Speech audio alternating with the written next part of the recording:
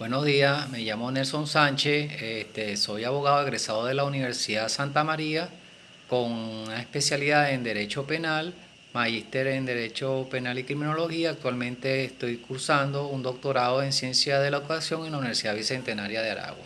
En esta oportunidad les voy a hablar sobre el modelo pedagógico constructivista.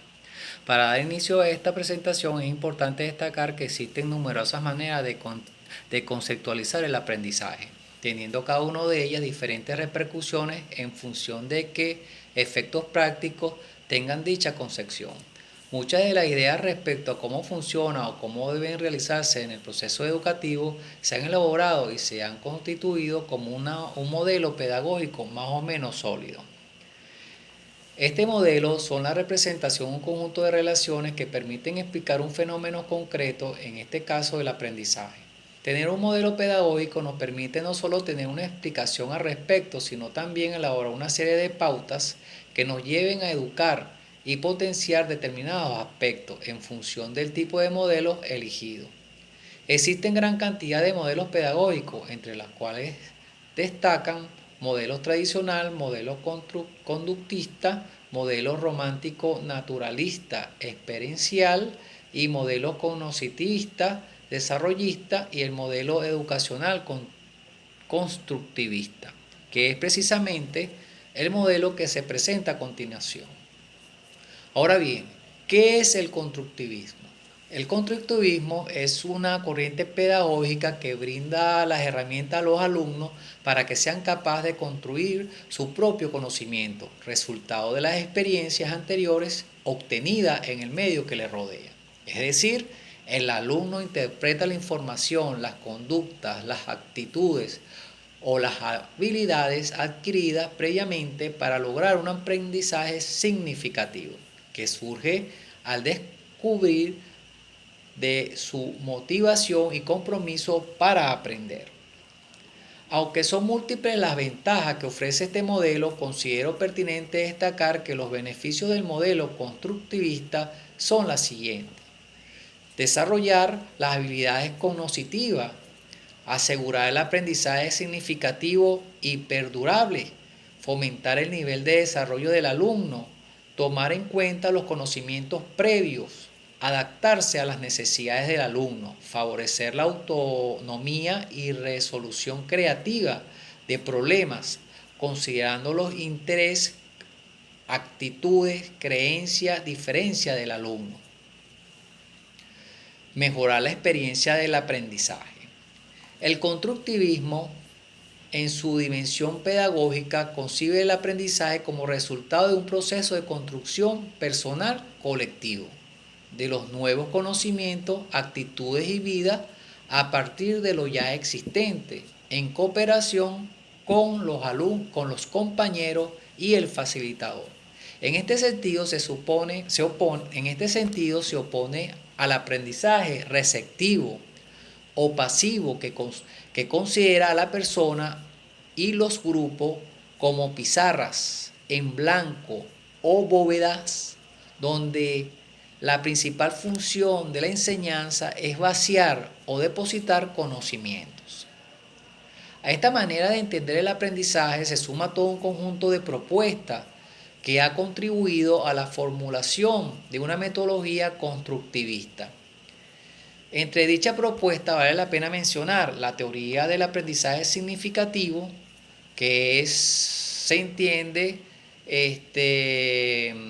como el aprendizaje que tiene que ser lo más significativo posible. Es decir, que las personas colectivos que aprenden tienen que atribuir un sentido, un significado o importancia relevante a los contenidos nuevos. Y esto ocurre únicamente cuando los contenidos y conceptos de vida, objeto de aprendizaje, puedan relacionarse con los contenidos previos del grupo educando.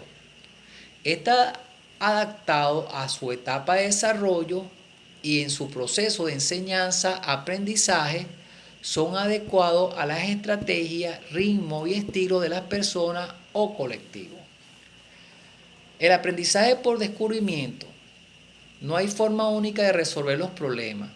Antes de plantear a los participantes soluciones, los facilitadores deben explorar con ellos diferentes maneras de enfrentar el mismo problema, pues no es pertinente enseñar cosas acabadas, sino los métodos para descubrirlas. La zona de desarrollo, un nuevo aprendizaje, debe suponer cierto esfuerzo para que realmente implique un cambio de zona de desarrollo real a una zona de desarrollo próximo, pero no con un esfuerzo tan grande que el nuevo contenido quede situado fuera de la zona a la que tiene acceso potencialmente la persona o grupo. El aprendizaje concentrado en la persona colectivo. La persona colectivo interviene en el proceso de aprendizaje con todas sus capacidades, emociones, habilidades, sentimientos, motivaciones. Por lo tanto, los contenidos del proceso pedagógico no deben limitarse solo al aprendizaje de hechos y conceptos, contenido conceptual, sino que es necesario atender en la misma medida a los procedimientos, contenido procedimental, las actitudes, los valores, las normas, contenido actitudinal. Si se quiere una adaptación activa de la persona o grupo a una nueva situación social, asimismo hay que considerar su propio estilo y ritmo y estrategia de aprendizaje.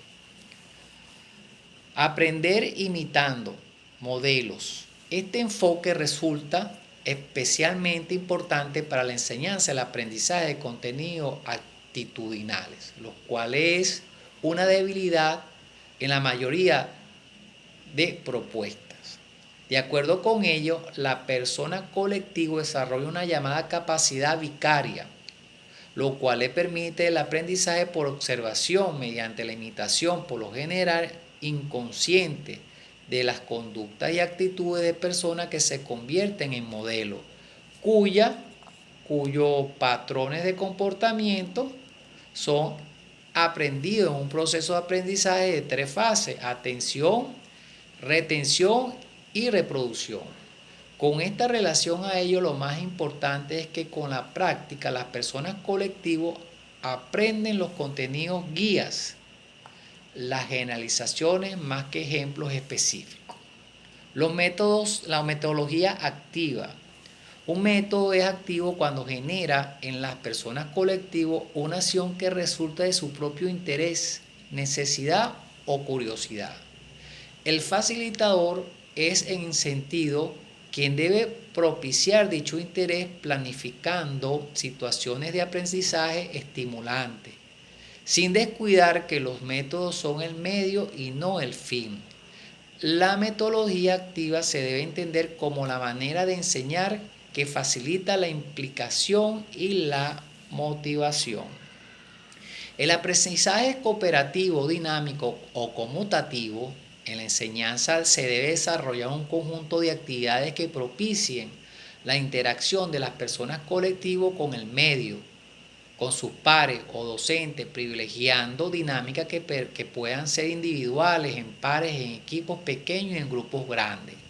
Del mismo modo, hay que preocuparse por implicar a las personas colectivas en el proceso de aprender, al proceso permanente de reflexión y de toma de conciencia sobre cómo se aprende, y se denomina metacognición.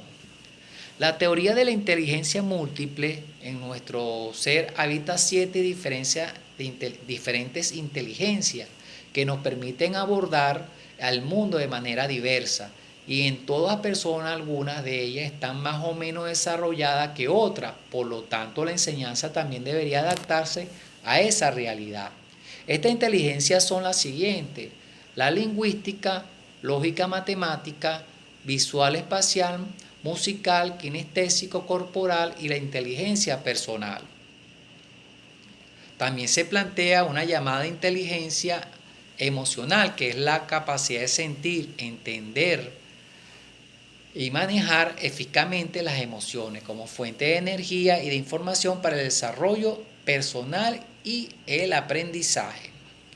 Ecología de la educación. En el ambiente del aprendizaje en un aula o proceso constructivista se configura como resultado de diversos factores entre los cuales cabe destacar la metodología, pues en ella se interrelacionan diferentes variables, la organización y tipo de contenido, la secuencia de actividades, la toma de decisiones sobre el proceso a seguir, las técnicas de trabajo individual, los planteamientos de trabajo en grupo, la forma de agrupamiento, la organización del tiempo y la organización del espacio. Todo ello es conocido como ecología de la educación. El programa o el diseño curricular por competencia. Programa por competencia significa haber identificado el conjunto de conocimientos, saber ser, saber hacer, organizado que el sujeto de la capacitación necesita para ejecutar adecuadamente una tarea o un conjunto de tareas que satisfaga las exigencias sociales o individuales precisas, de manera que el análisis del contexto de los individuos que en él se desenvuelva jueguen un papel determinante en el momento de planificar. Para finalizar con esta presentación, les dejo la siguiente reflexión. La condición epistémica docente nos llena de fortalezas para la socialización del conocimiento del siglo XXI. No basta con enseñar a los estudiantes una especialidad, aunque esto pueda convertirlo en una especie de máquina útil. Es necesario desarrollar una educación humana, liberadora en el buen sentido de la palabra, para que todos consolidemos una formación cognitiva, axiológica. Invito a todos mis colegas a enriquecer su condición epistémica con el fin de lograr una educación que enseñe a pensar y no una educación que nos enseñe a obedecer. Muchas gracias por su atención.